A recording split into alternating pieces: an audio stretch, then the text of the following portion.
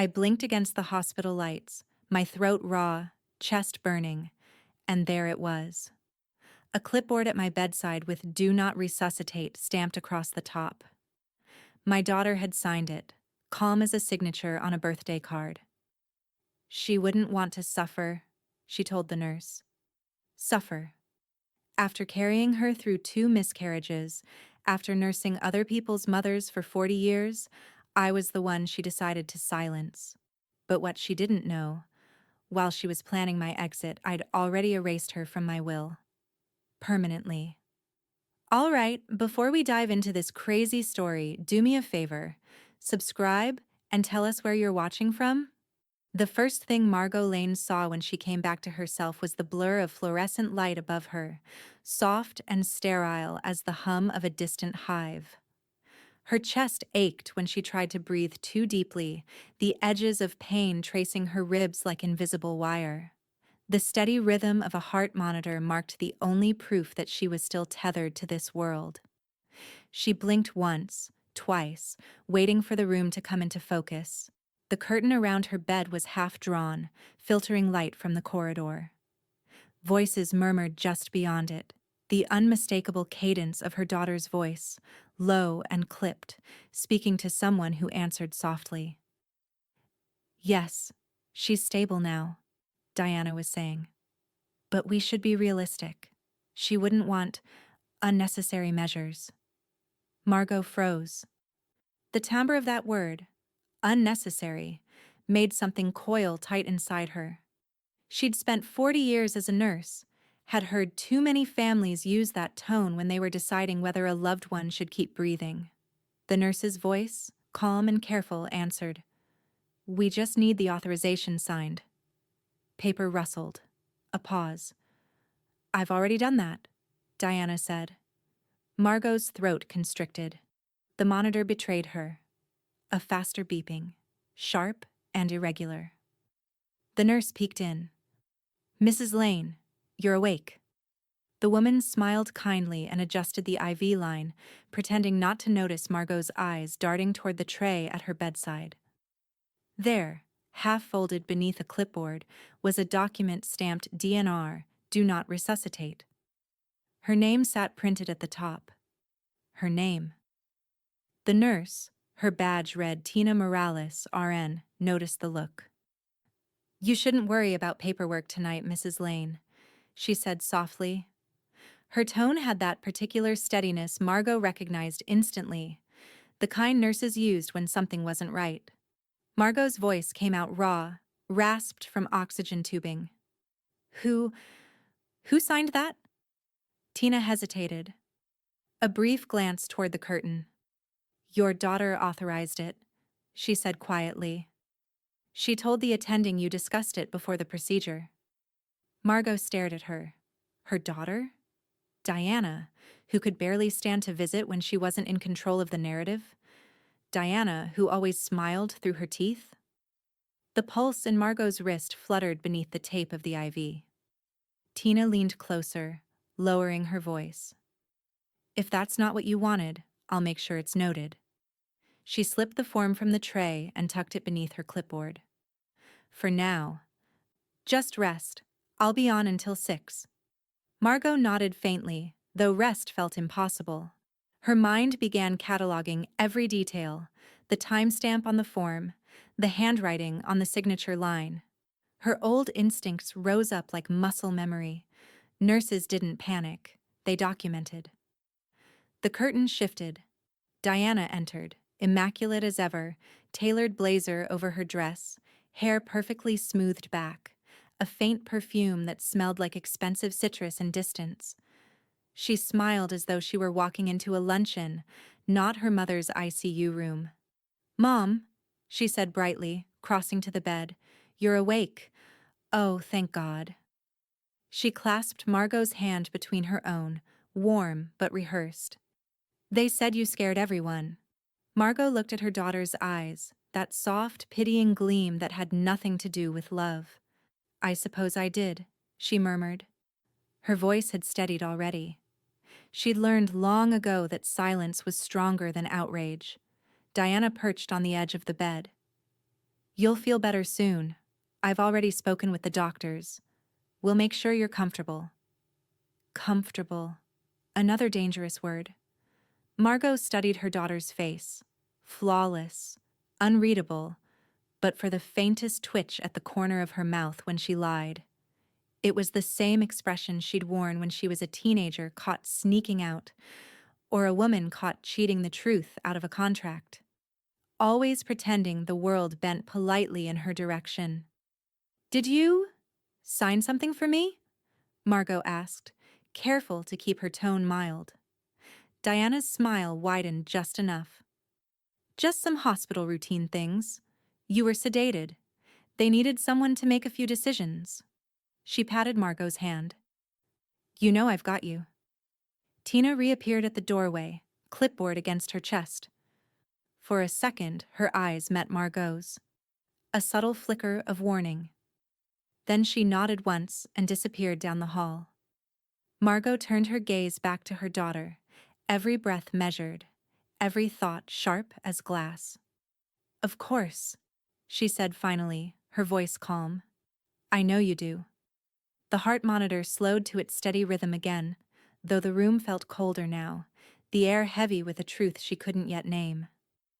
Outside, the corridor light dimmed to night mode. Diana settled in the visitor's chair, scrolling her phone, smiling faintly at something unseen.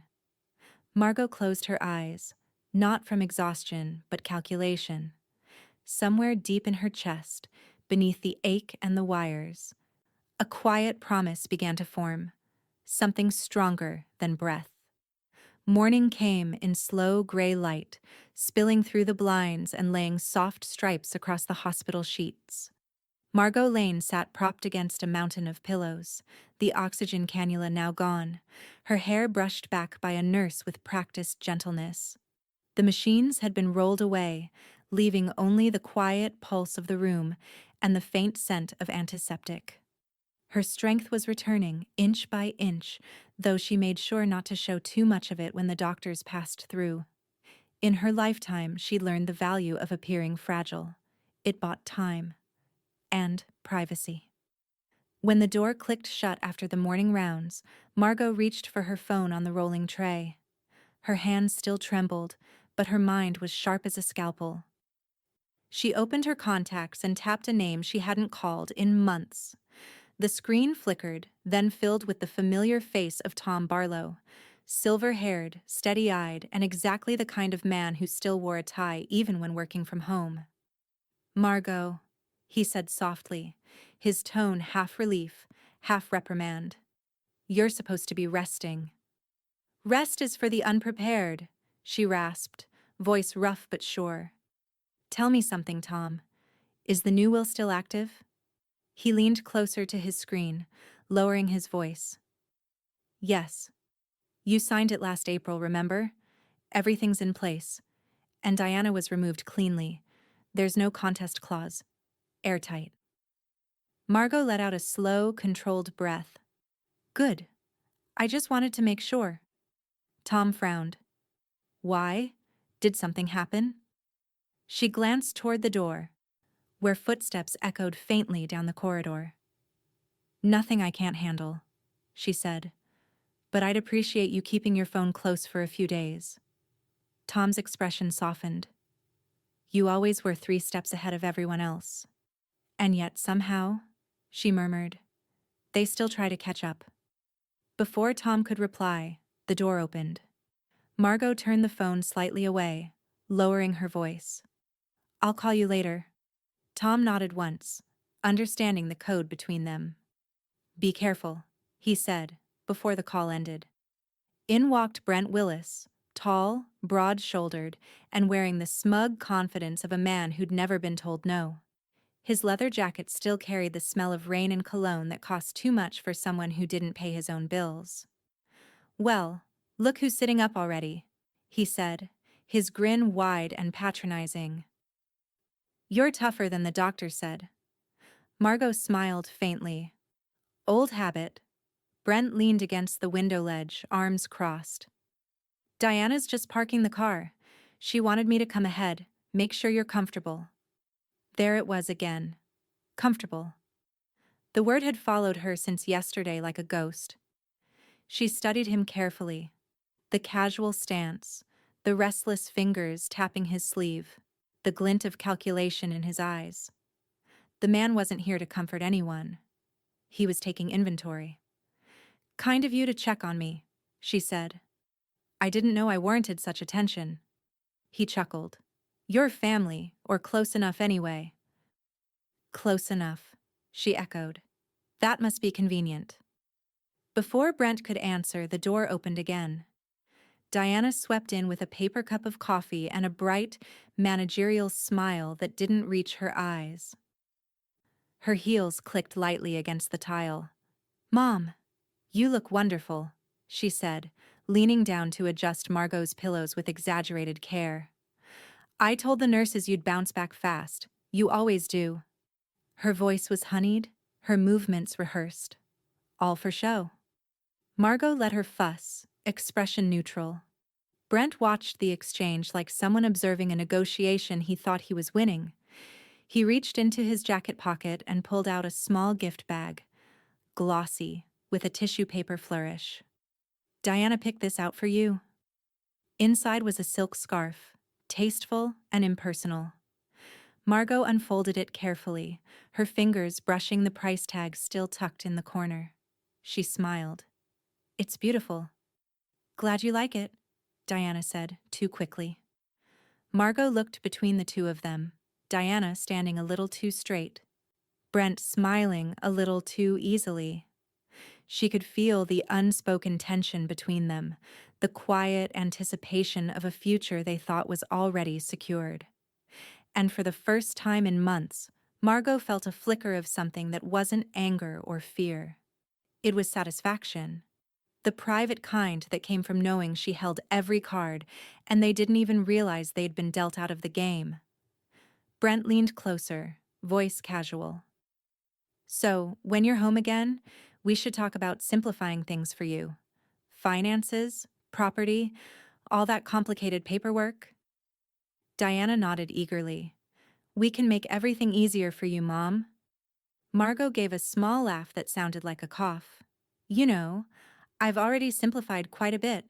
It's amazing what a few signatures can do." Diana paused. "What does that mean?" "Nothing you need to worry about," Margot said sweetly, adjusting the scarf around her neck. "But thank you both for caring so much." She met Brent's gaze, steady, unflinching. He looked away first. A nurse's voice called from the hallway. "Mrs. Lane's vitals check." Diana turned toward the sound, giving her mother's hand a squeeze that felt like a performance for whoever might be watching. "We'll come by tomorrow morning," she said. "Of course," Margot replied, her tone polite and thin as glass. When the door shut behind them, she exhaled slowly. The room seemed lighter, quieter. She picked up her phone again and scrolled to Tom's last message. "Everything's in place. You're protected." Margot smiled faintly, the kind of smile that held a secret. She set the phone on her lap and whispered, almost to herself, "Let them keep guessing who owns the ending." By the third morning, the rain had returned to Portland, steady, whispering against the hospital window like a reminder that nothing outside ever stayed clean for long. Margot sat upright now, propped by her own strength, a wool blanket over her lap. Her color had come back, the gray in her cheeks replaced by something sharper. Purpose. She waited until the hallway quieted after rounds, then reached for her phone again. The screen glowed pale in the dim light. Her fingers found a contact labeled Caldwell and Associates Insurance, and after 2 rings, a voice she knew well answered. "Margot, you gave us a scare. How are you feeling?" "Recovering," she said, "and needing a small favor." "Of course. Anything." "I'd like to confirm my beneficiary designations. Health and life policies, both current." There was a pause on the line, the soft clicking of keys. "Give me a moment." "Yes, here we are. You removed your daughter last June. The primary beneficiary is the Riverview Women's Shelter." Margot let the words settle, calm and cool as ice. And that's unchanged? Unchanged. Locked in by notarized amendment. You even made a point of telling me, quote, if anyone tries to alter this without my written consent, call the police. The broker chuckled gently. I have it written right here in the file. A ghost of a smile curved Margot's lips. I'm glad I was clear. After they hung up, she sat still, watching raindrops chase each other down the glass. The memory came unbidden. Diana's laughter from last year, sharp and incredulous when Margot first mentioned donating her life insurance to the shelter. Really, Mom? Strangers over your own family?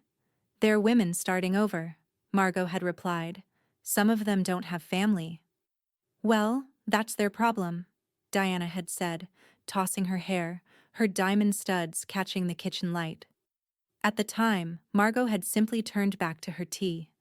Now, she let herself remember every detail. The sound of that dismissal. The way Diana had looked at her like she was senile for caring. A knock pulled her back to the present. The door opened to Tina Morales, carrying a new phone charger and that quiet, watchful expression Margot had already learned to trust. Thought you could use this, Tina said, setting the charger beside the tray. Your old one gave up the ghost. Thank you. Margot gestured for her to close the door. How are the night shifts treating you? Tina hesitated, then pulled the curtain shut and lowered her voice. Your daughter's been around most nights, talking with the staff, asking a lot of questions about your care, your medications, even discharge procedures. Margot's expression didn't change, but her pulse slowed deliberately, like a hunter regulating her breath. And what do they tell her? Nothing that matters, Tina said. We're professionals. But she keeps trying to charm the clerks at the desk. Last night she even brought coffee for the charge nurse. Bribery, Margot murmured. That's new.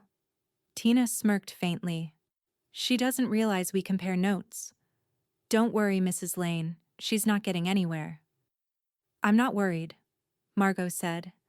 And it was the truth.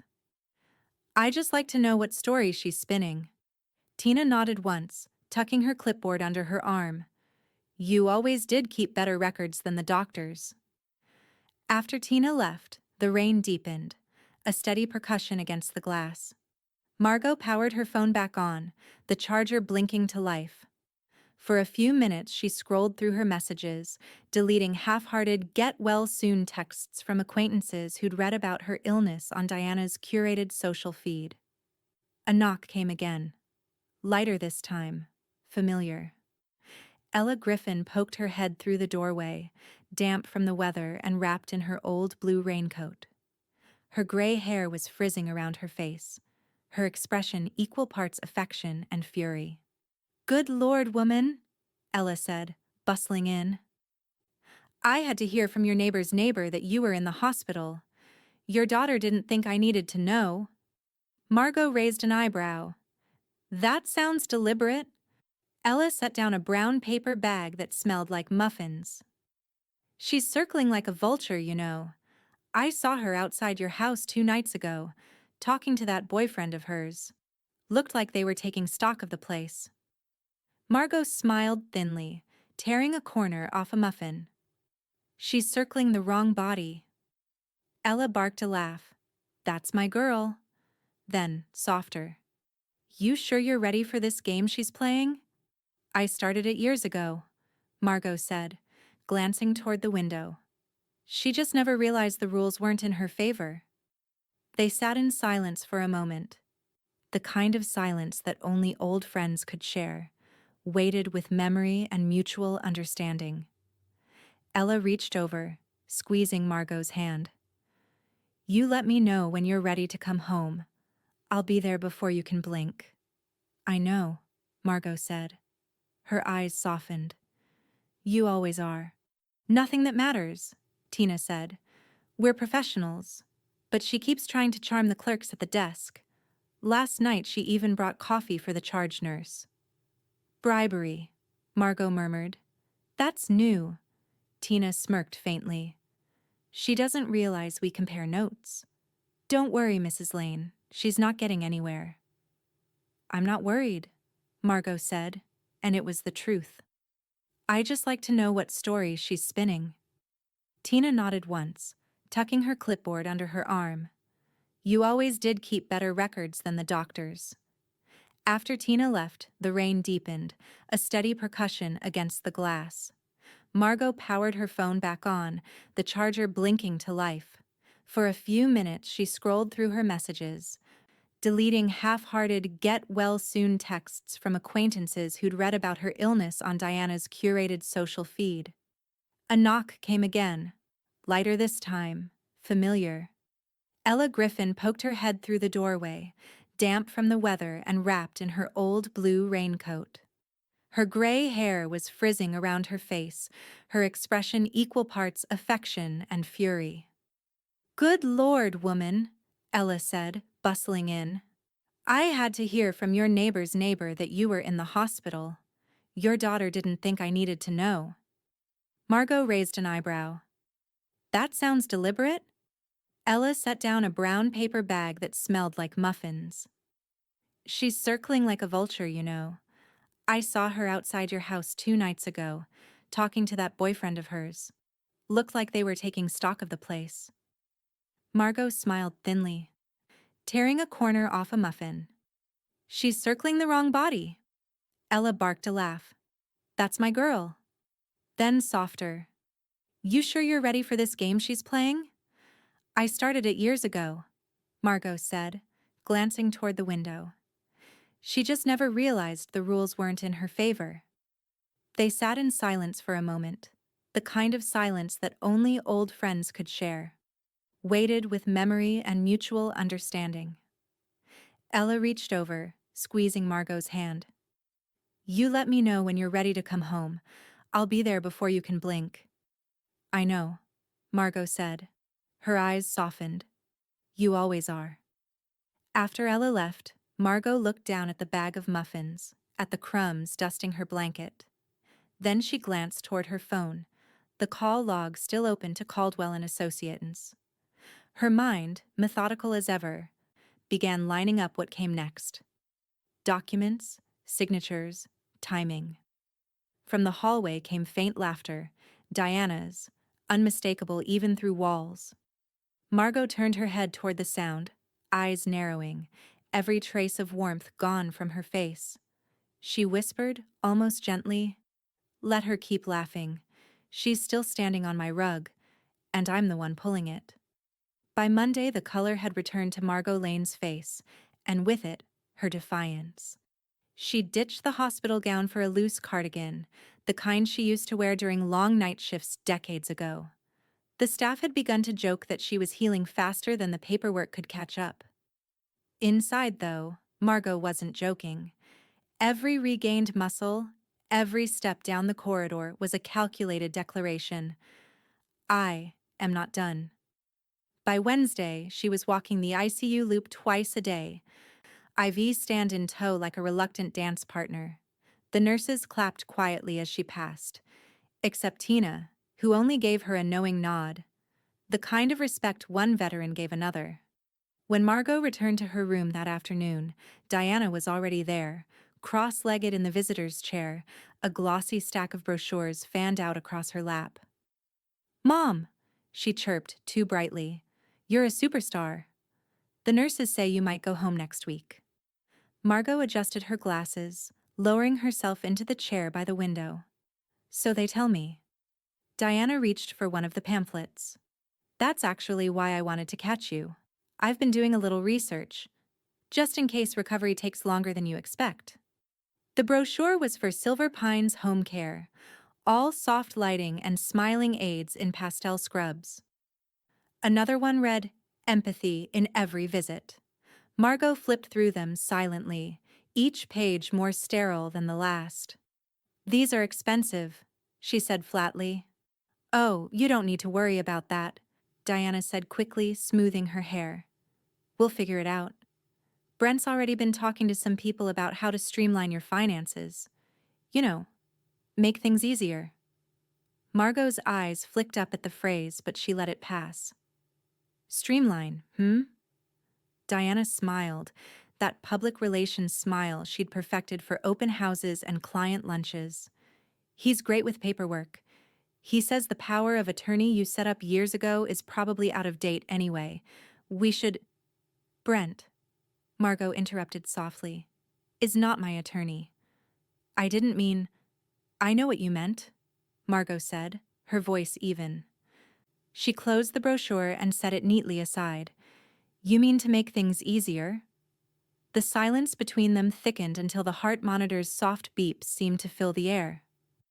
Diana finally stood, smoothing imaginary wrinkles from her skirt. You always think I'm plotting something. I'm just trying to help. Margot smiled thinly. Help is a beautiful word. So many meanings.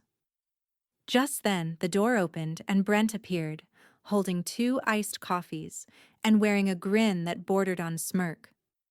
Well, look who's practically ready for a marathon, he said. Margot accepted the drink but didn't sip. I walk because I can, she said. Good for you. Brent leaned against the wall, his confidence filling the room like cologne. Diana and I were just saying we should simplify a few things. Bills, medical decisions, that sort of stuff. You don't want to get tangled up in red tape. Margot tilted her head, watching him like she used to watch difficult patients. Those who smiled too wide when they lied. Red tape has its uses, she said. It keeps certain hands out of certain drawers. Diana exhaled, a nervous laugh escaping her. Mom, please, you're making this sound sinister. Am I? The monitor hummed its steady rhythm. Brent looked away first, pretending to check his phone. I'll think about it, Margot said finally, with a polite smile. You've both done so much already. I'm exhausted. The phrase worked like a spell. Diana's expression softened instantly. Of course. You rest, okay? We'll talk more tomorrow. When they left, the door closed with a hiss. Margot waited a beat, then stood and unplugged her monitor. Her steps were steady now, her strength undeniable. She crossed to the small hospital desk, pulled a notepad from the drawer, and began writing in neat block letters. Revoke all prior powers of attorney. Immediate. Notify Tom Barlow. By nightfall, the order had been scanned, signed, and sent. Tina returned during the late shift, slipping into the dim room with a cup of tea. Courier just left, she whispered. Said your attorney signed the revocation and couriered it back for notarization first thing in the morning. Margot accepted the tea, her fingers brushing the warm ceramic. Thank you, Tina. You're good at keeping time. I learned from the best, Tina said, smiling faintly. Your daughter's been asking about visiting hours tomorrow. Should I tell her you'll be resting? Margot's eyes glinted. Tell her I'll be unavailable. When Tina left, Margot sipped her tea slowly, the taste grounding her in the moment. Earthy, deliberate. She reached for her phone and scrolled to Tom's message thread. A new text appeared. All documents confirmed. You're fully protected. Sleep easy. T. Margot typed a brief reply. Sleeping easy has never been my problem. Watching clearly is. She set the phone aside, leaned back, and listened to the quiet hum of the hospital at night. Somewhere down the hall, a door clicked. Maybe Diana's, maybe another visitor's. The sound echoed long after the footsteps faded. Margot smiled in the dark, faint but fierce. Power of attorney, she whispered to herself. Power, indeed. The morning she stood on her own, the hospital seemed quieter than usual, the kind of hush that came not from calm, but from anticipation. Rain had stopped some time before dawn, leaving streaks of silver light cutting through the blinds. The air smelled faintly of disinfectant and lilies from a nearby cart. Margot Lane eased herself upright, the motion slow but sure. The IV line had been removed the night before, and the only tether left was the pulse oximeter on her finger. She peeled it off, the red light blinking out with a final, satisfying flicker. Her legs trembled at first, her body still remembering weakness. But she steadied herself with a hand on the metal bed frame. One deep breath later, she was standing. No wires, no machines, no witnesses. "Good morning, Mrs. Lane." Tina Morales appeared in the doorway, a cup of coffee in each hand, her dark hair pulled back beneath a surgical cap. When she saw Margot upright, her eyes widened. "Well, look at you." Margot smiled faintly. "Gravity's just a suggestion." Tina set the coffees down. "You're not cleared to walk yet." "I'm not walking, I'm proving a point." Margot turned, the hospital gown replaced with pressed slacks, and the light blue cardigan she'd asked Ella to bring from home. Her wedding ring caught a sliver of morning light as she reached for her bag, everything about her movements deliberate, practiced. "You're really leaving," Tina said, half amazed, half proud. "Discharge papers came through at 6, Margot replied. "They just haven't told my daughter yet." Tina's smile turned conspiratorial. "That's probably for the best." The door burst open then, as if conjured by the thought. Diana, heels clicking, entered with an exasperated sigh and a half-smile that didn't reach her eyes. "Mom, you scared the daylights out of me.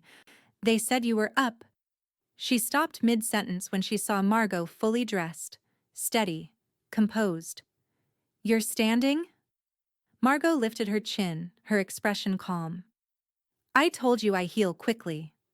"Don't push yourself, Mom," Diana said automatically, stepping closer, tone pitched just right for an audience. "You should sit. You'll undo all your progress." "I'm not pushing myself," Margot said. "I'm walking out." Diana blinked. "Out? You mean home?" "I mean discharged," Margot clarified, voice even. "My vitals are strong, my labs are normal, and the attending signed off an hour ago. I'm free to go." Diana's carefully composed face faltered for the first time. "Why didn't anyone tell me?" "Because I didn't authorize anyone to," Margot said. "It's my discharge, not yours." Tina quietly turned to the counter, pretending to reorganize supplies but smiling into her sleeve. "Mom, you shouldn't rush this," Diana insisted. "You need someone at home, at least for a few days." "I can—" "No," Margot interrupted softly but firmly. "You can't." She reached for her purse, slipping the strap over her shoulder, movements slow and dignified. For a long beat, Diana said nothing. She looked at her mother, truly looked. And for the briefest flicker, uncertainty crossed her face. "You're making this harder than it needs to be," she murmured. Margot glanced toward Tina. "Could you help me with one last thing?" "Of course," Tina said. "Envelope on the table." Tina picked up a sealed manila envelope marked in neat block letters. "River Grove Medical Board, confidential." Diana frowned. "What's that?" Margot didn't answer. She buttoned her cardigan, then faced her daughter. "Tell Brent I said thank you for his concern, and tell him to enjoy his coffee while it's still hot." Before Diana could respond, a transport aide appeared at the door, holding a wheelchair. "Ready for discharge, Mrs. Lane?" Margot smiled politely. "I'll walk. Thank you." And she did. Past the nurses' station, past the waiting area where the morning news droned softly, past 2 residents who whispered that she looked more like a visiting dignitary than a patient. Tina followed her halfway to the elevators, holding the envelope against her chest. When they reached the end of the hall, she hesitated. "You sure you want me to drop it off myself?" Margot met her eyes. "You're the only one I trust to deliver it unopened." Tina's jaw tightened with resolve. "Consider it done." Then she surprised Margot, stepped forward and wrapped her arms around her in a brief, fierce hug. "You're strong as hell," she whispered. Margot smiled against her shoulder. "So are you." She stepped into the elevator, doors closing with a soft hiss. When they opened again on the main floor, she was no longer a patient. Just a woman in her 70s walking out under her own power, the morning light bright on her face. Outside, the air was damp and cold, smelling of river and city grit.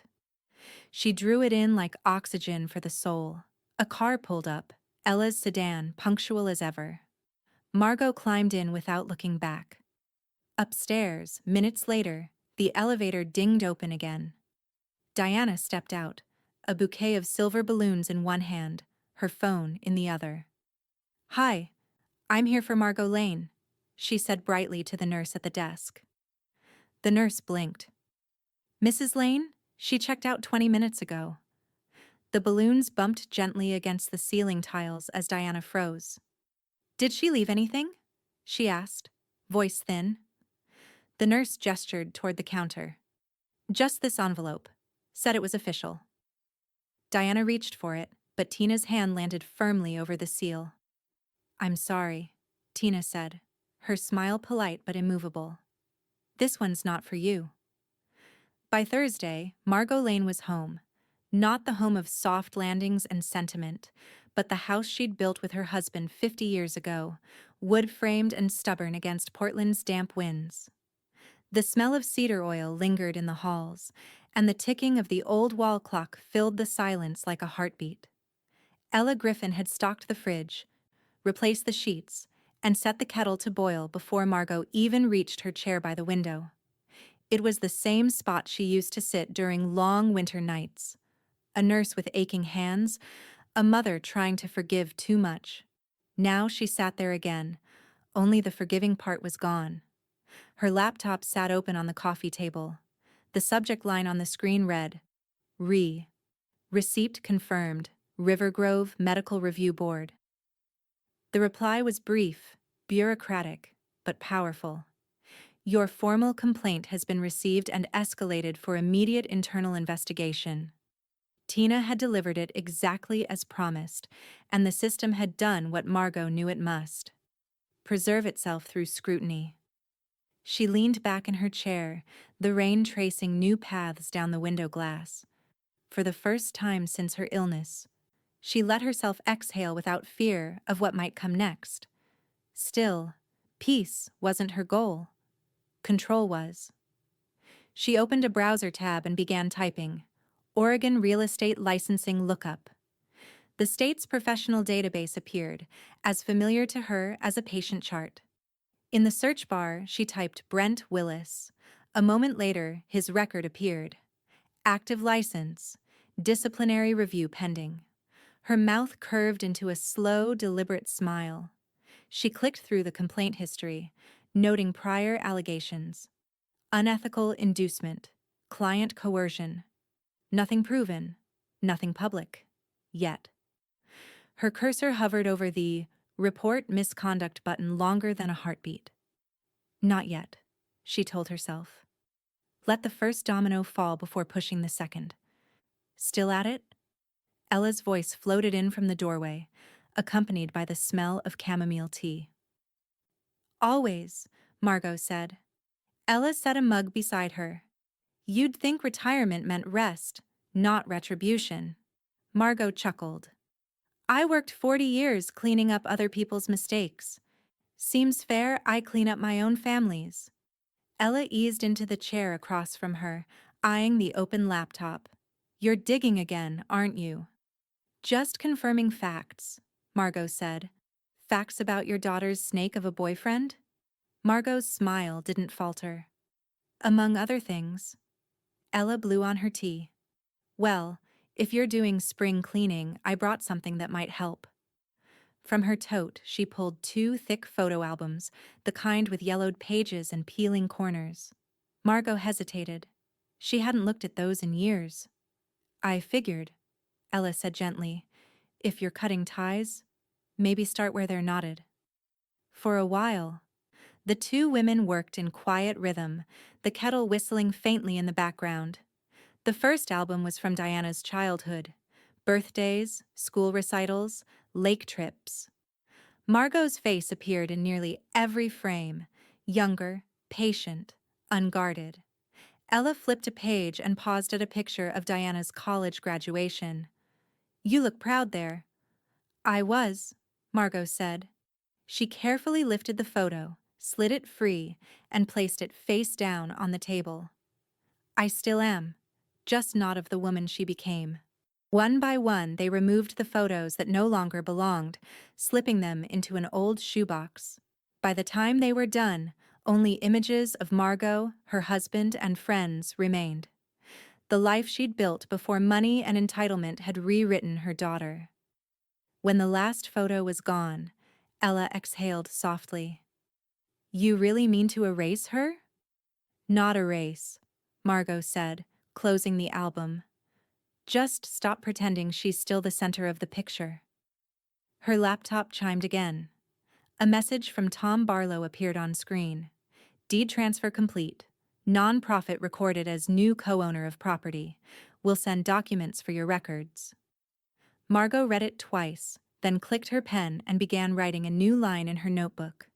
Estate, finalized. House, safe. Mission, in motion. Ella sipped her tea, watching her with a mix of admiration and worry. "You're rewriting everything, aren't you? Even your legacy." Margot didn't look up. "Especially my legacy." Later, after Ella left, the house grew still again. Just Margot, the ticking clock, and the faint creak of the old rafters. She opened a new document titled Obituary, Draft. Her fingers moved with certainty. Margot Lane, retired nurse and lifelong advocate for women's welfare, passed peacefully in Portland. Survived by dear friends and the generation she mentored.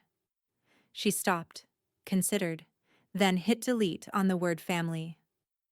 When she finally closed the laptop, the rain had turned to mist. Out on the porch, the mailbox flag gleamed red. The deed transfer envelope waiting for pickup. Margot stepped out into the chill evening air, her cardigan clutched tight, and looked toward the end of the street. A dark car idled under the street lamp, Brent's, unmistakable even through drizzle. He didn't get out, just sat there, engine humming, watching her house like it was already his. Margot smiled to herself, slow and fearless. She turned, locked the door behind her, and whispered, "Let him wait." Saturday morning brought a rare sunbreak to Portland, the kind of crisp light that made the cedar shingles of Margot's house glow like amber. The quiet neighborhood seemed to hold its breath, as if aware that peace here came by Margot's permission, not by chance. Inside, the old radio hummed low from the kitchen. Sinatra on vinyl, his voice curling through the air like smoke. Margot was at her dining table sorting through paperwork and tea-stained letters, her reading glasses sliding down her nose. A faint smell of lilacs drifted in through the cracked window. Then came the sound she'd been expecting. Bang, bang, bang. The kind of knock that demanded entry, not invitation. Margot didn't flinch. She simply folded the letter in her hand. Her husband's, dated 1983, signed, "Always yours, Walter." She slid it back into its envelope, placed it neatly on the stack, and waited. From outside came the familiar performative cheer. "Mom, it's me." Diana Lane's voice, bright and falsely sweet, carried through the glass. "I brought flowers. Thought we could talk." Ella's garden hose hissed to life from the side yard. The sound of water on soil filled the pause. Moments later, Ella rounded the porch corner, wearing her wide straw hat and a skeptical squint. She took in the scene, Diana on the porch steps in designer heels, bouquet in one hand, phone in the other, and sighed. "Morning," Ella said flatly, shutting off the hose. "Oh, hi, Mrs. Griffin," Diana chirped, flashing the practiced smile that could sell a 3-bedroom condo to a blind man. "I was just dropping these off for Mom." "Is she home?" "She's resting," Ella said, her tone deliberate. "Unavailable." Diana's smile faltered. "I just wanted to check in. Things have been complicated." I'll bet, Ella muttered, looping the hose around its reel. Diana stepped closer to the door, pressing her hand to the wood. Mom? Please. I just want to talk. Inside, Margot sat motionless. The teacup on the table steamed faintly, untouched. She listened to her daughter's muffled persistence, the rise and fall of her voice, the rehearsed tremor of sincerity, and felt nothing. Not anger, not sorrow, just a clean, icy distance that she'd never managed to hold before. Through the thin glass of the front door, Diana's reflection flickered against the hallway wall, the ghost of a woman who'd mistaken inheritance for love. When the knocking stopped, there was the shuffle of movement. Ella's voice again, gentler this time. You should go, Diana. She doesn't need more noise right now. There was a pause, a deep breath, the rustle of paper. Then Diana's heels clicked away from the door. Moments later, the faint scrape of something being placed on the porch. The bouquet, arranged in perfect symmetry. Then another sound. The soft flutter of an envelope sliding under the door. Hope we can talk soon, Diana's voice said from the other side. Please call me. Silence followed, then the distant hum of her car pulling away. Margot didn't move until she heard the sound of tires fade entirely. Then she stood, joints cracking softly, and walked to the door. The flowers, white lilies and pink roses, wrapped in glossy paper, sat like a peace offering that hadn't been earned. She bent down, picked them up, and studied the note taped to the bouquet. Hope we can talk soon. Love, D. Without reading another word, she dropped the flowers and envelope together into the kitchen trash bin. The roses bent, petals scattering like discarded lies. When she returned to the living room, the fireplace was already lit. Ella's doing before she'd gone back outside. Margot sank into her favorite armchair, the one with a worn floral pattern and a quilt folded across the back. The fire's orange light flickered against her wedding photo on the mantel. A young woman beside a tall, gentle man in uniform. She reached for the old wooden box on the hearth. Inside were letters tied in faded ribbon. Walter's handwriting, looping and patient. She untied the bundle and began to read. If you're reading this one day without me there, promise you'll still keep your head high. Don't let anyone rewrite the story you lived. Margot smiled faintly, the kind of smile that existed somewhere between love and memory. The fire popped, scattering embers in the grate. She folded the letter, kissed its corner, and whispered, I'm keeping my promise, Walter. From outside, the sound of footsteps returned, slower this time, heavier. Ella peeked through the window and called out softly, She's back again? But when Margot turned her head toward the door, she saw it wasn't Diana. A man in a dark raincoat stood halfway down the walk, Brent Willis, hands in his pockets, gaze fixed on the house. He didn't move, didn't knock, just watched. Margot's breath steadied, her pulse quiet. She reached for the poker beside the hearth, not out of fear, but ritual. Let him wait too, she murmured. Monday morning came wrapped in a still gray light, the kind that made the Alberta Arts District look washed of all color. Margot sat at her kitchen table, the same table where she'd once taught Diana to balance a checkbook. Now it held her laptop, a cup of black coffee, and a thin envelope marked confidential, legal correspondence. She slid it open with a butter knife. Inside was a letterhead she recognized instantly. Lewis, Hart and Keene, attorneys at law. Diana's firm. Dear Ms. Lane, our client, Ms. Diana Lane, has expressed concerns regarding recent changes to your estate and financial arrangements. Given your current medical condition and recent hospitalization, she wishes to ensure no undue influence or error has occurred. Accordingly, we request a full review of your will and related instruments to verify validity and competency at the time of signing. Margot read it twice, slow and even. By the end, her hands were steady but her jaw was set like steel. So this was Diana's next move. The same old play, dressed up in professional ink. She reached for her phone, opened her contacts and tapped Tom Barlow. He answered on the second ring. "Margot, I was expecting your call," he said. His voice was calm, measured, the kind that sounded like mahogany and experience. "You've seen it then," she said. "Lewis, Hart, and Keene. Their paralegal emailed the same request to my office this morning. Don't worry. I've already sent over the notarized documents confirming the will's validity." "And my mental competency?" Margot asked dryly. Tom chuckled softly.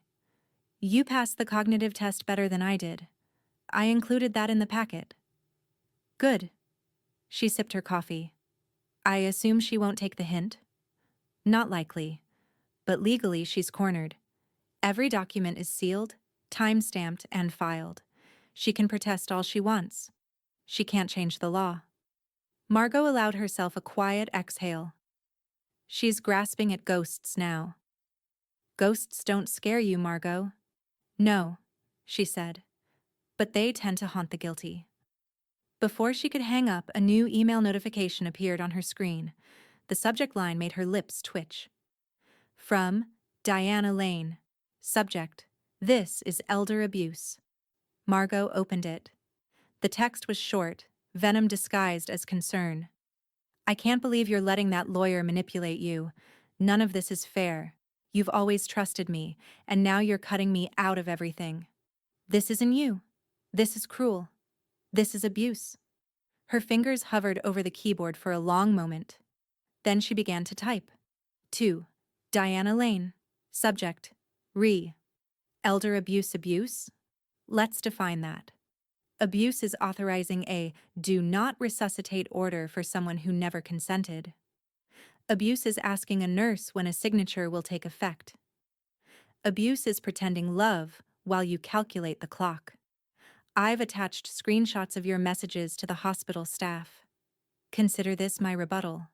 ML. She attached the files, each screenshot labeled, each time-stamped.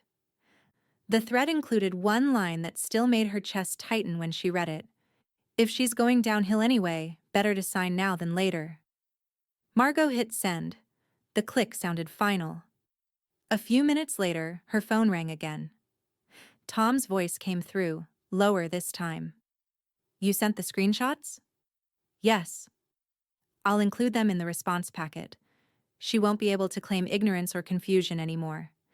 Everything she's done, DNR, harassment, the attempted POA, it's all documented."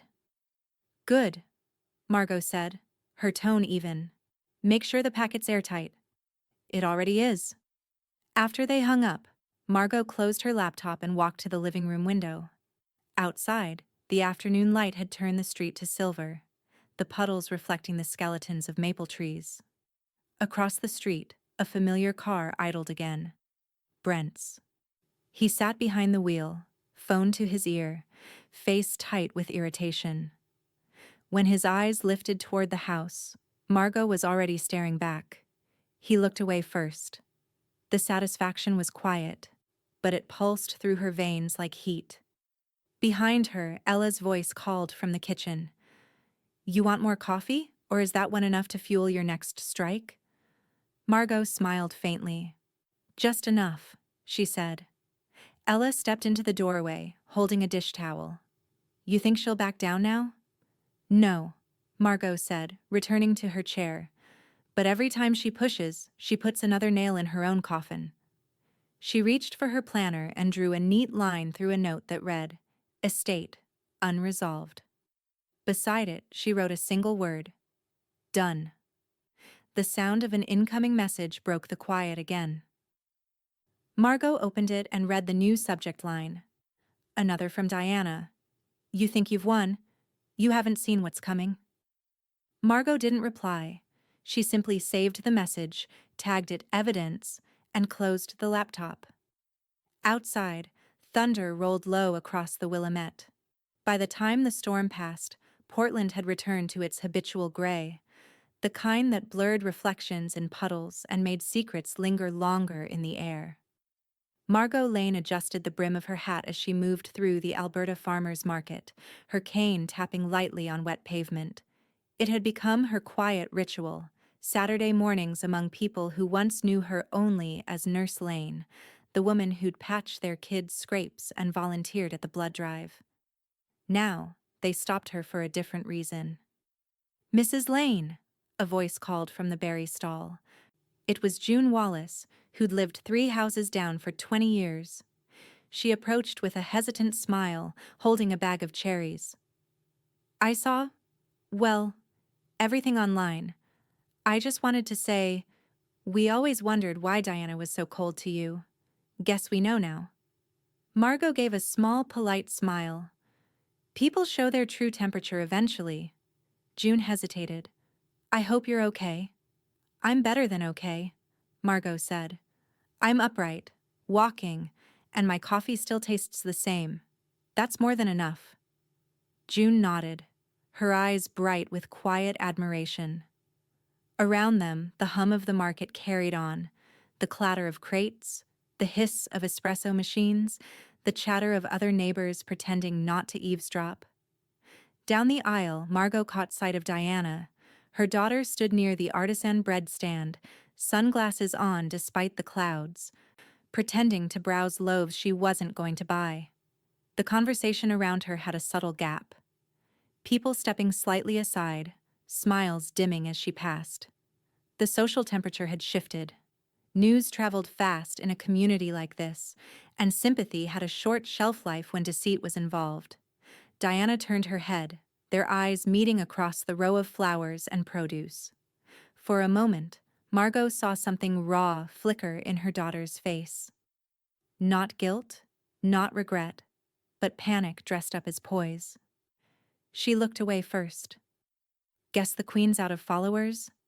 Ella murmured beside her, adjusting the strap of her reusable tote.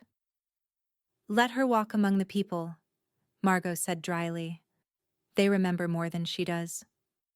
Later that afternoon, Margot returned home to find a bouquet waiting on her porch.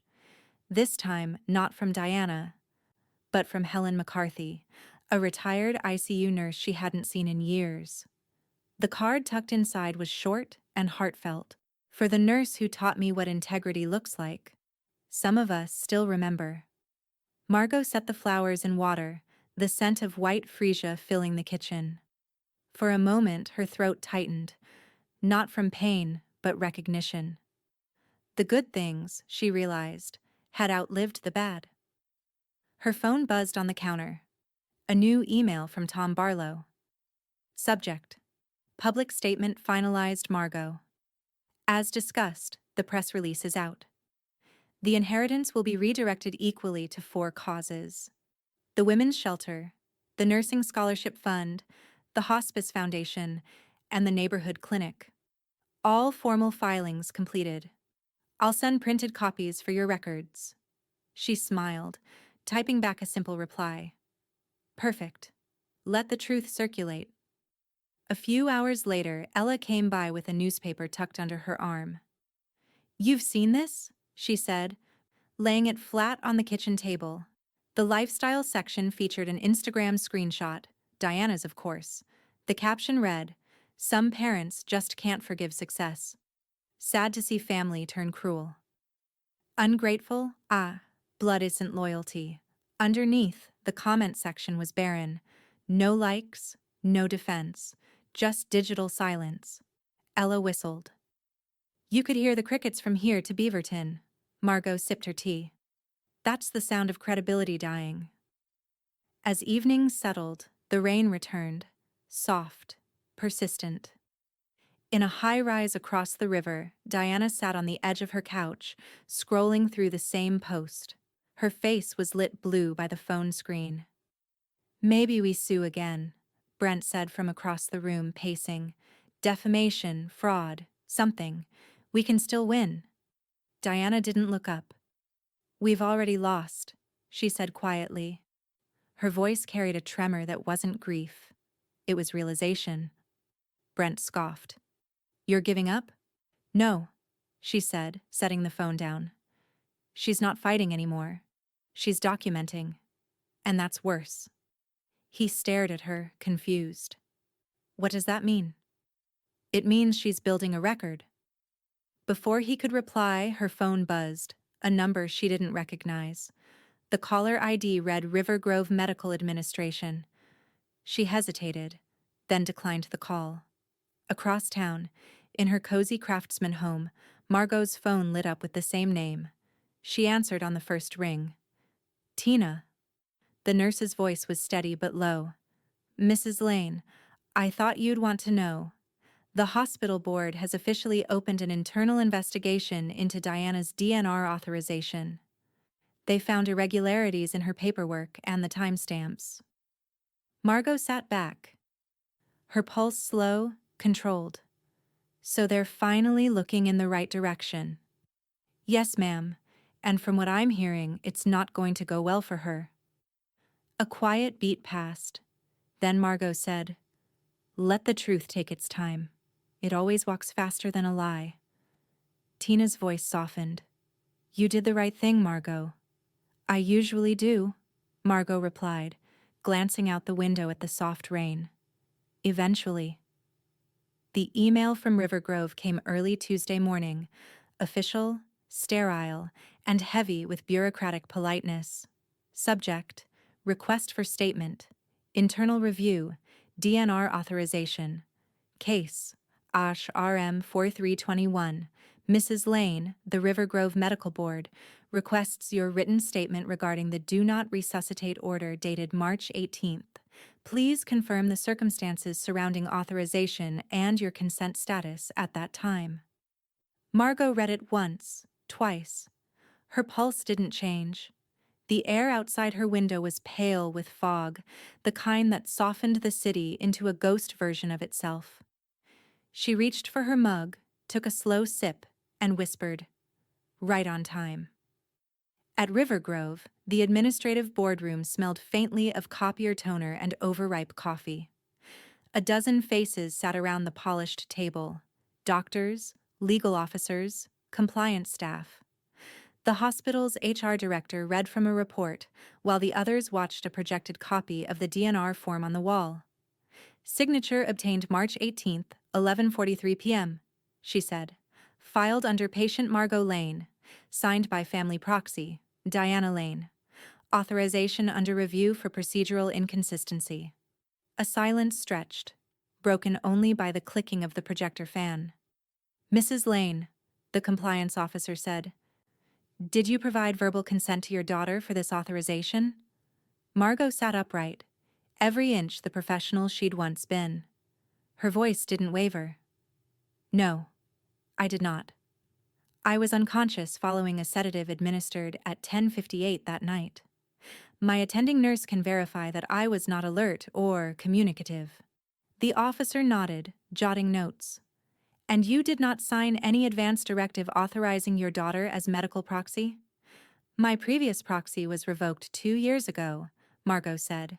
Reassignment to attorney Thomas Barlow, notarized and filed with the Oregon Health Authority. A murmur moved around the table. Thank you, Mrs. Lane. That will be all for now. Margot gathered her purse, rose, and paused at the door. If I may add, she said, turning slightly, when people show you their ethics in a crisis, believe them. 2 days later, Tina Morales stood in the same chair. Her scrubs were freshly pressed, her badge gleaming. She kept her hands folded neatly in her lap as the compliance team questioned her.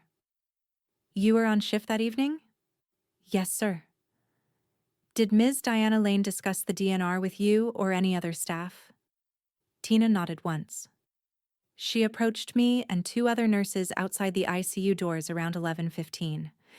She said she'd spoken to her mother earlier that week about it and wanted to save everyone the pain of prolonging treatment. But I checked the patient chart. There was no note, no advance directive, nothing signed by Mrs. Lane. Did you inform the attending physician? I did, Tina said. He told me to delay processing until confirmation, but before I returned, Ms. Cha, Lane had already obtained a signature from the night clerk and submitted the form. The boardroom went silent again. The director of nursing exhaled. So she circumvented protocol. Yes, Tina said evenly. She wanted it done quickly. She said, and I quote, "It's what Mom would want if she could think clearly." A soft, collective shift, the sound of reputations cracking. The HR director nodded grimly. "Thank you, Ms. Morales. That will be all." As Tina rose, the board chair spoke quietly. "You did the right thing." Tina hesitated. "So did Mrs. Lane. She taught me how." By Friday afternoon, the decision had been made. Quietly. A formal memorandum circulated to hospital leadership. Effective immediately, Ms. Musher. Diana Lane is removed from River Grove Medical's authorized family contact registry and barred from acting as a proxy or decision-maker in any patient's care, pending review for misconduct and falsification of medical authorization.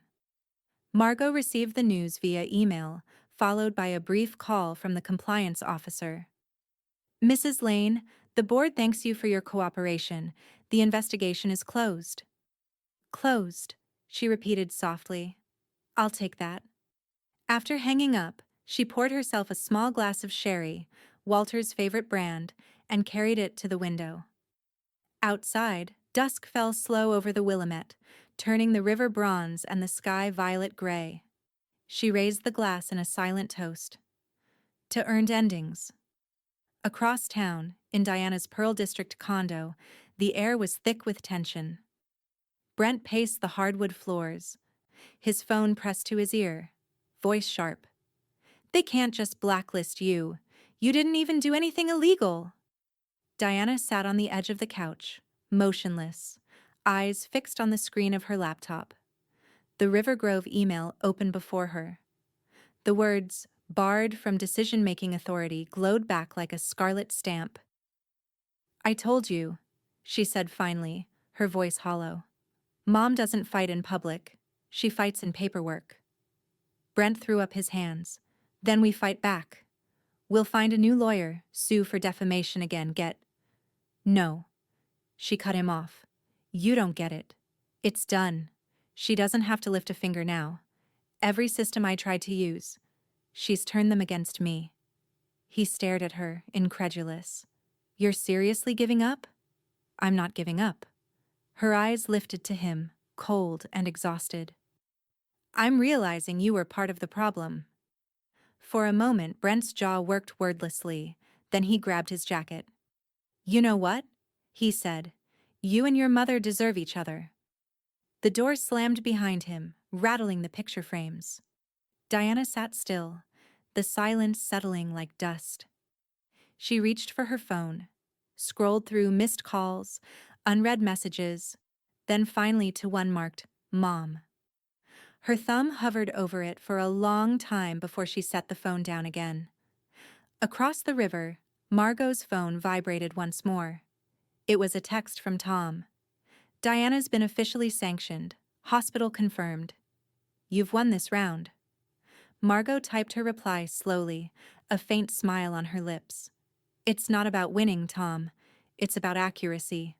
She set the phone aside, turned toward the quiet fireplace, and let the rain begin again.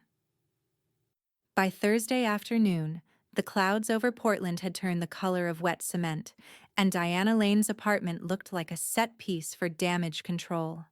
Candles flickered on the marble island, artfully arranged behind a vase of hydrangeas.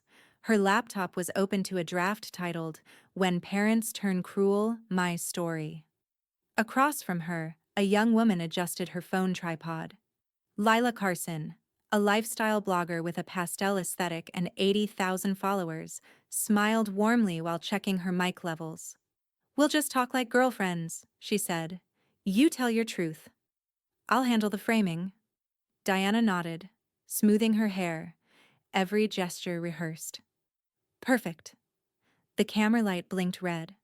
Lila leaned forward, voice soft. "You've been through so much, Diana. Tell me what happened." Diana let her face fall into the performance she'd practiced in the mirror. "My mother's been Unwell, she began. She's 73, easily influenced. Her attorney, and others, convinced her that I was trying to hurt her. It's been devastating. I only ever wanted to help. She let her voice catch just enough to sound real. They've painted me as some kind of monster. I was the only one there for her when she got sick, and now she's turned on me. People think I tried to end her life. It's absurd. Lila nodded sympathetically, scribbling notes. That must have been so isolating for you. It was, Diana said, eyes shimmering with controlled tears. I wake up every day, wondering how someone you love could be manipulated into hating you. She's not herself anymore. The recording light flicked off. Lila smiled, already editing mentally. That was raw and beautiful. I'll post tonight with a statement about elder exploitation. You'll get support, trust me. Diana smiled faintly, relief curling around her like smoke. Thank you. I just need people to know the truth. The post went live at 7:42 p.m. Headline: When Family Turns Against You, a Daughter's Story of Love and Betrayal. The opening paragraph was pure theater, a blend of confession and accusation, written to go viral. She raised me to care for others, but when it was time to care for her, she turned me into the villain. Within an hour, comments began to appear. At first, they were sympathetic. So heartbreaking. Sending love. But by midnight, the tide shifted. A nurse from Eugene posted, I know Margot Lane. She trained half the state's ICU staff. You're leaving a lot out. Diana. A retired doctor chimed in. I've worked with her. She's lucid, disciplined, and sharper than anyone I know at her age. This narrative doesn't add up. Then came dozens of smaller voices. Neighbors, former patients, community volunteers. Their words stacked like bricks in a wall of quiet defense. Mrs. Lane cared for my mother until the day she died. She helped me through chemo, free of charge. You should be ashamed. By morning, the comment section had turned from empathy to exposure. Someone found the public record of River Grove's disciplinary notice and posted a screenshot under Diana's caption. IQ nurse, 42. She was sanctioned for falsifying a DNR. Don't twist this. 2 hours later, a new comment appeared. Simple, devastating. I was her nurse. You lied. TM, it gathered hundreds of likes within minutes. Diana's phone buzzed relentlessly. Mentions, notifications, tags, all turning against her. Lila texted in panic. We need to clarify your statements ASAP. This isn't playing the way I thought. By noon, the post had vanished. Deleted without explanation. But the screenshots were already circulating on neighborhood forums, nursing networks, even Reddit threads titled, The Daughter Who Tried to Bury Her Mom and Failed. The story had escaped her control. That evening, Margot sat by her window as the sun dipped below the river's edge. Ella poured them each a glass of wine, her expression half amusement, half disbelief. You see the circus online? Ella asked. I try not to watch fires burn, Margot said softly. But it's hard to ignore the smoke. She's finished, Ella said. No one's buying her act anymore. Margot didn't answer right away. Her gaze stayed on the fading light outside, the Willamette glinting faintly through the rain. People always believe the truth last, she said finally. But when they do, it sticks. Ella nodded. You think she'll stop now? Margot sipped her wine, thoughtful. No, she'll scramble for higher ground. But the problem with lies is, they sink in their own weight. As if summoned by the thought, Margot's phone buzzed. A message from an unknown number. She opened it. You think you've won.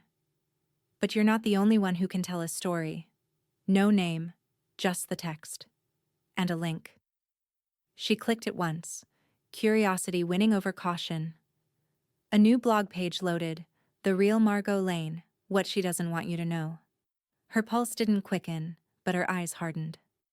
She scrolled down to see the first image, a photo of her house, taken from the street.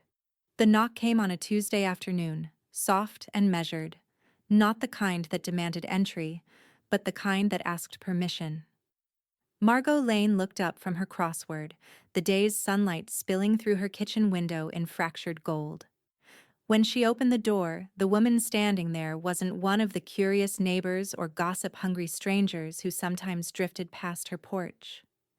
She was younger, mid-30s maybe, with dark curls pulled into a loose bun and a notebook tucked beneath her arm. "Mrs. Lane," she said gently. "I'm Rachel Klein, from the Oregon Chronicle. I sent a letter last week requesting a brief interview." Margot hesitated. "You're the one who said you wanted to write about dignity, not scandal." Rachel smiled. "That's right. Just your story. In your words." Margot studied her for a long second before stepping aside. "Then you'd better come in before Portland remembers it's supposed to rain." They sat at the kitchen table with steaming mugs of tea between them. Ella had insisted on staying, claiming she was just making sure the press didn't twist her best friend into clickbait. Rachel, to her credit, didn't flinch at Ella's protective glare. She set down her recorder but didn't turn it on yet. "I read everything. The hospital inquiry, the estate filings, the viral posts. But I'd like to hear it from you directly." Margot stirred her tea slowly. "Everyone wants the story," she said, "but no one ever asks for the truth." Rachel tilted her head. "What's the difference?" "The truth doesn't need to be dramatic," Margot said. "It just needs to stay standing." She folded her hands, eyes steady. "My daughter made choices not out of love, but out of fear. Fear of losing control, fear of being irrelevant. When I got sick, she saw an opportunity. She called it compassion. I called it convenience. The rest you already know." Rachel nodded, taking a slow breath. "Did you expect things to end like this?" Margot smiled faintly. "No one expects to outlive their child's affection. But I did expect to outlive her entitlement." Silence lingered, filled only by the gentle clink of Ella setting down her cup. Rachel leaned forward slightly. "And the hospital report? The will? All the legal steps you took? Did you do them for revenge?" Margot's eyes softened. "No. Revenge wastes time. I did it to restore the balance. I spent my life helping people breathe easier. I wasn't about to let my last act be surrendering that right." Rachel nodded, finally turning on the recorder. "What would you say to other families? People in similar situations?" "Don't wait until someone tries to write your ending," Margot said. "Sign your papers. Guard your keys. And never mistake obedience for love."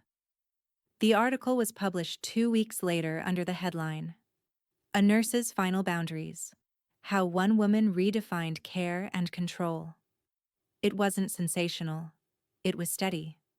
Every quote precise, every fact confirmed. The story opened not with the scandal, but with Margot's 40 years of nursing, her years of quiet advocacy for patients, her lifelong insistence on autonomy. By noon, it had spread beyond Portland. Estate planning forums dissected it line by line.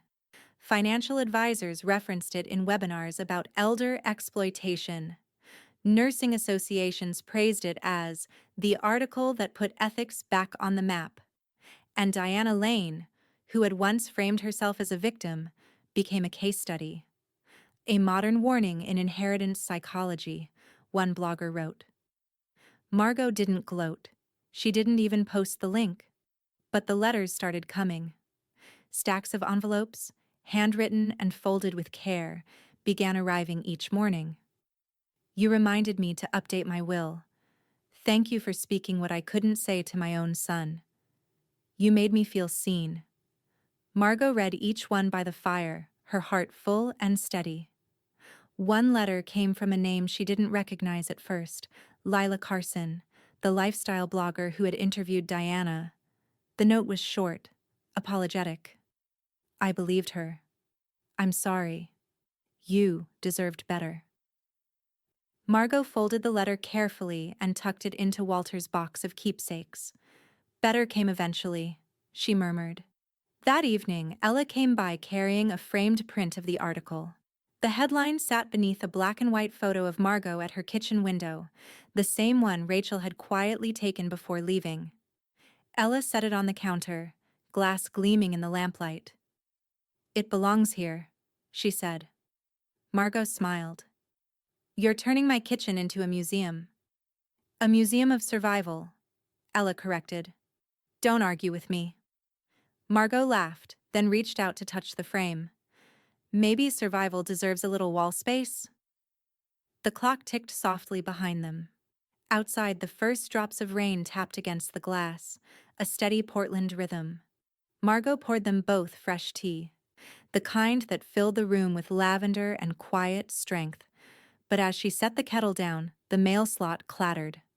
Another envelope slid through, thick, hand-delivered, unmarked.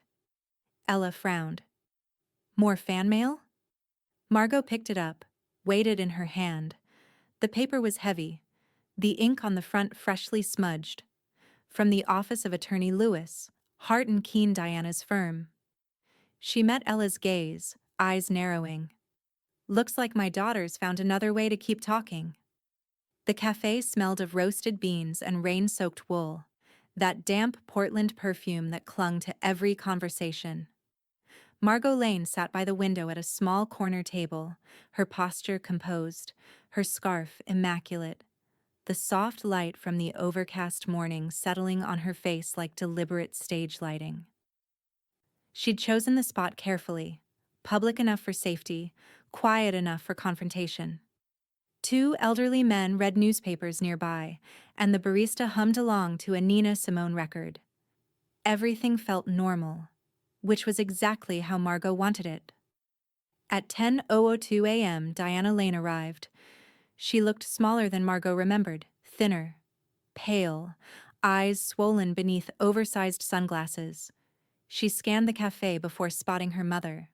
For a moment, hesitation flickered across her face, but then she straightened her shoulders, slid off her coat, and approached the table like she still believed she could win something. Mom.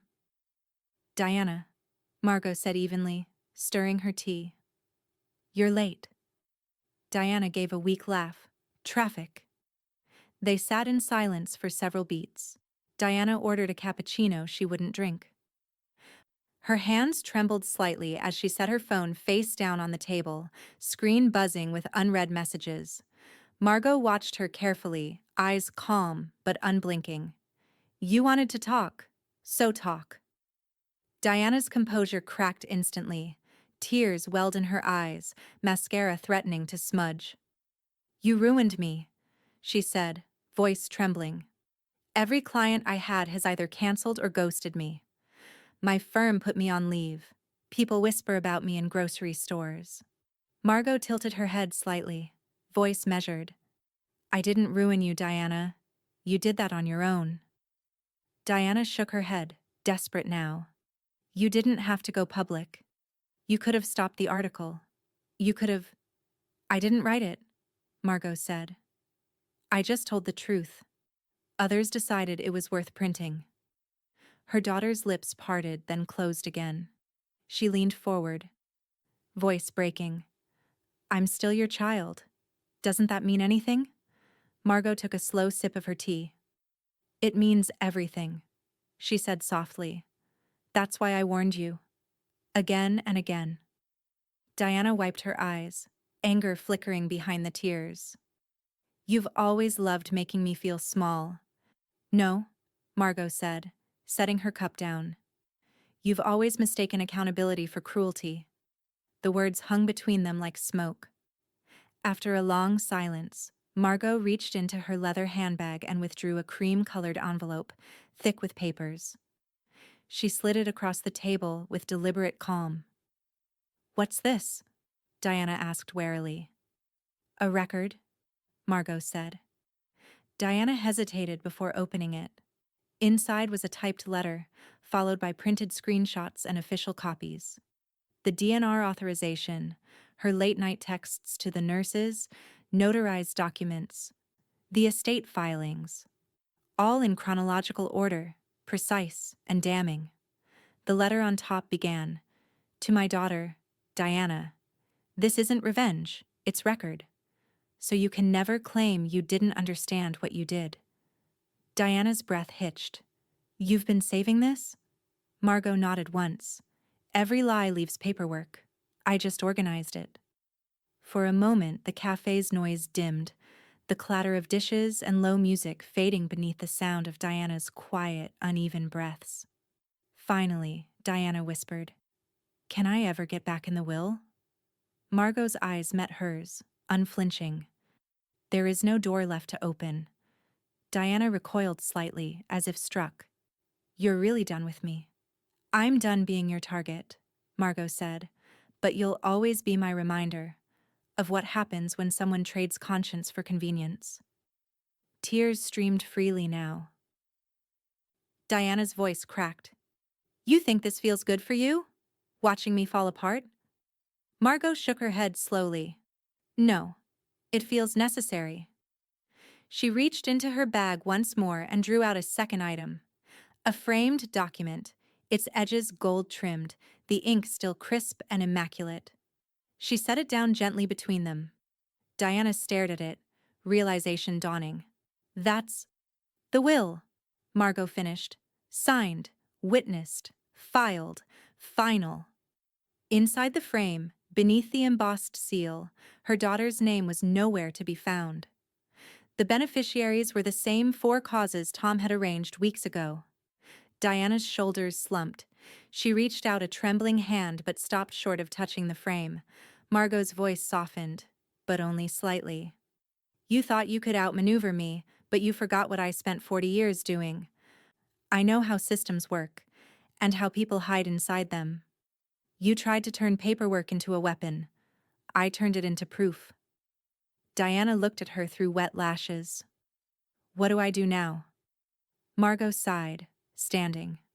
"Whatever you should have been doing all along. Take responsibility. Live small. Be honest. It's not glamorous, but it's still redemption." She placed a $20 bill under her teacup for the server and straightened her coat. As she reached the door, Diana's voice followed, fragile and sharp all at once. "You'll die alone, you know." Margot paused, hand on the glass door. Then, without turning, she said, "Not alone, just unburdened." She stepped outside into the drizzle, the cafe's bell chiming behind her. The world felt lighter, not because forgiveness had been given, but because closure finally had. Inside, Diana sat staring at the framed will. A barista passed, setting her untouched cappuccino down beside it. The foam had already collapsed, the surface cold. For a long moment she just stared. Then she reached into her purse, pulled out her phone, and began typing a new message. The day the estate affidavit was filed, the sky over Portland was an even gray, soft, unbroken, as if the weather itself refused to take sides. Inside her craftsman home, Margot Lane moved with the precision of someone completing the last page of a long, deliberate checklist. The kettle hissed. The scent of lemon balm and cedar polish mingled in the air. On her kitchen table lay a single manila folder, final estate documents embossed in clean blue letters. At exactly 10 o'clock, her attorney, Tom Barlow, arrived. He wiped his shoes on the mat and gave her the kind of small, solemn smile reserved for goodbyes that weren't quite final. "All ready?" he asked. Margot nodded, sliding her reading glasses onto her nose. "Every signature, every seal.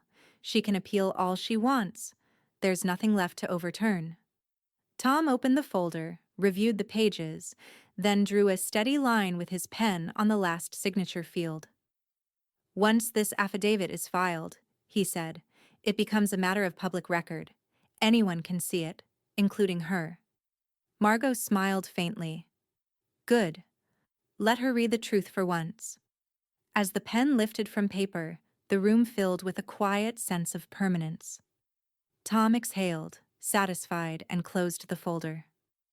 "That's it," he said. "Your estate is officially finalized. Irrevocable." Margot reached for her tea, her hand steady. "It's strange," she said, "how something so final can feel like freedom." Tom's expression softened. "You earned it, Margot. Most people just talk about control. You built it into the system."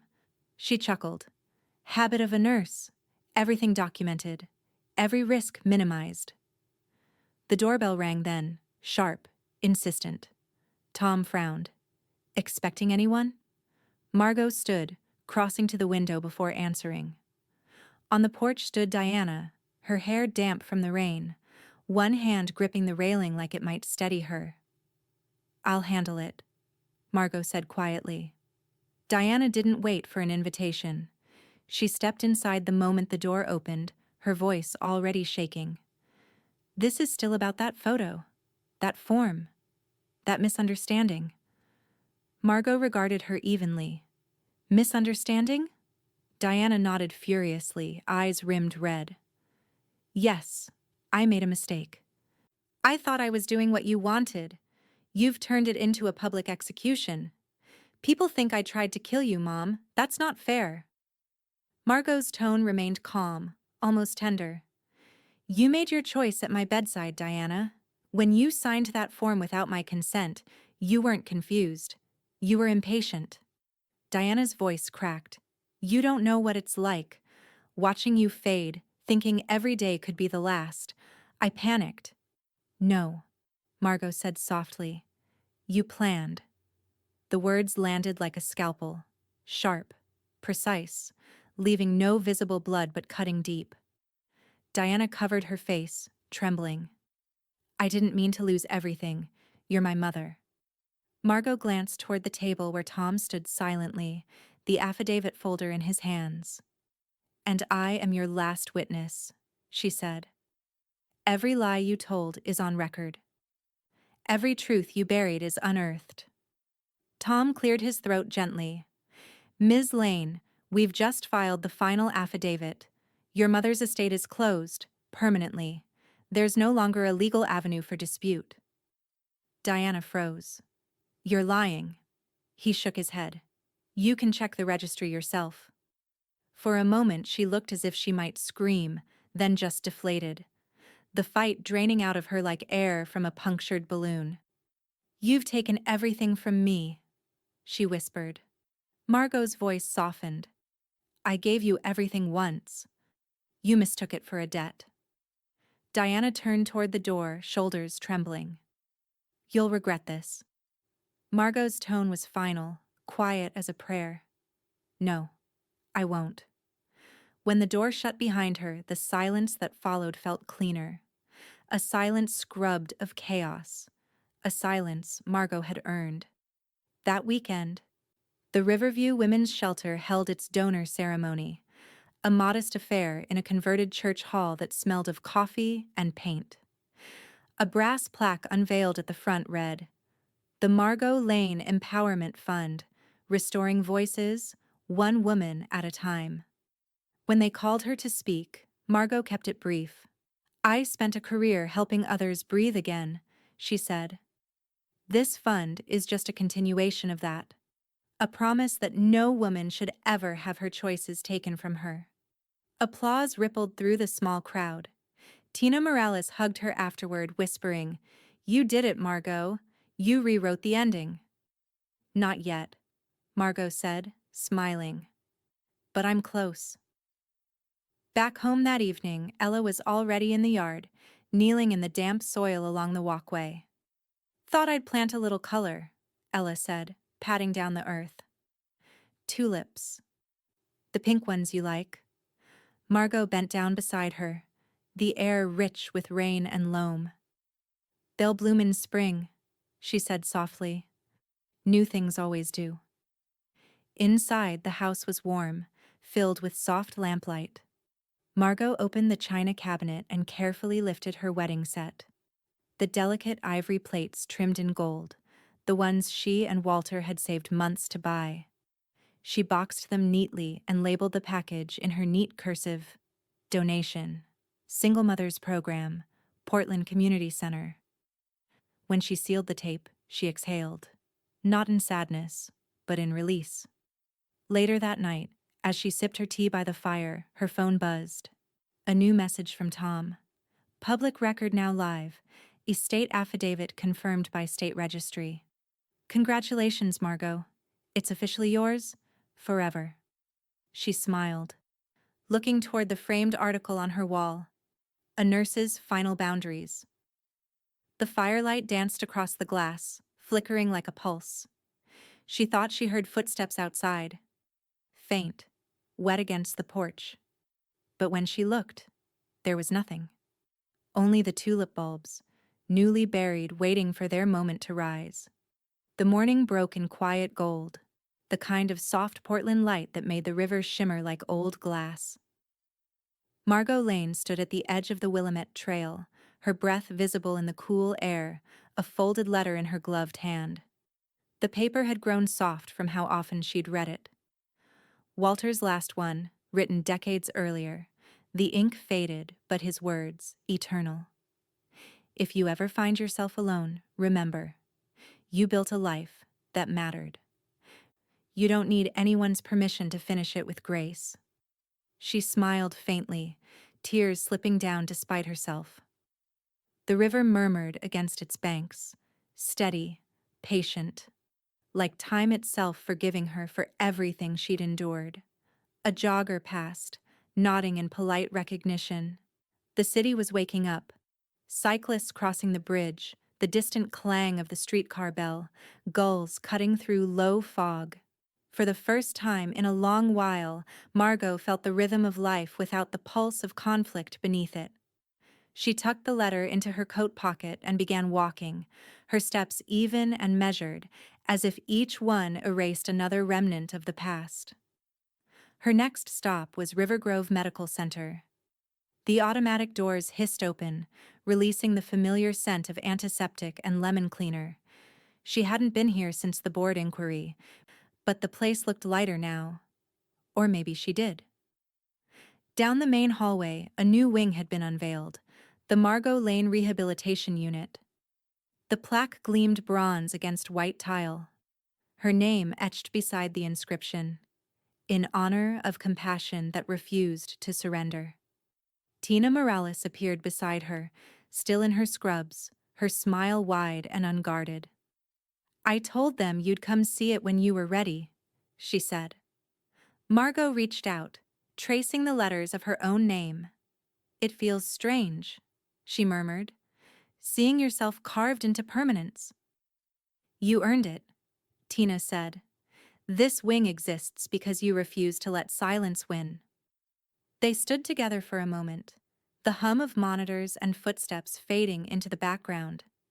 Then Tina turned to her, eyes glistening. "You lived it right, Margot. Every hard part. Every brave part." Margot's voice caught. "That's all any of us can hope for, isn't it?" Tina nodded. "That, and a good cup of coffee." They laughed, and the sound echoed down the polished hall, soft and real. By evening, Margot was back home. The fireplace glowed low, steady embers casting slow shadows on the walls. Above the mantel hung the framed will, gold-trimmed, sealed, unchangeable. It didn't look like defiance anymore. It looked like peace. Beside it sat a thick, leather-bound book Ella had made, Letters and Lives, the people she helped.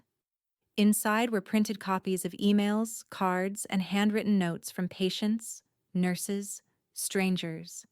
Every person Margot had touched without realizing she'd left fingerprints. She opened to a random page and read, "You didn't just save my mother's life. You showed her that she still mattered." Another note followed. "Because of you, I went back to nursing school. Thank you for teaching me that care isn't weakness." Margot smiled, the kind of smile that reached her eyes this time. On the small table beside her sat a cup of steaming tea and a candle in a simple ceramic holder. She struck a match, the flame catching with a faint hiss. The scent of lavender filled the room, her favorite. For a long moment she just sat there, breathing in the calm. The fire crackled softly, the candle flickered beside it. Everything around her felt settled, not perfect, but resolved. Ella's laughter drifted faintly from outside, tending the tulips again despite the cold. The first green shoots had already broken the soil. Margot lifted her tea, the cup warm against her palms. "You made it, Walter," she whispered. "We both did." She leaned back in her chair, letting her gaze move between the framed will, the plaque photos from River Grove, and the leather book beside her. Together they formed a quiet mosaic of everything she'd fought for, and everything she'd kept. She thought of Diana then, not in anger, not even in pity, but as a lesson she'd already learned. Some people wrote stories out of grief. Others, like her, wrote theirs out of truth. The clock ticked once, twice. The fire popped. Margot took a slow sip of tea, eyes shining in the glow of her own hard-won peace. Then, softly, she spoke the final words aloud. Not for the room, not even for the past, but for herself.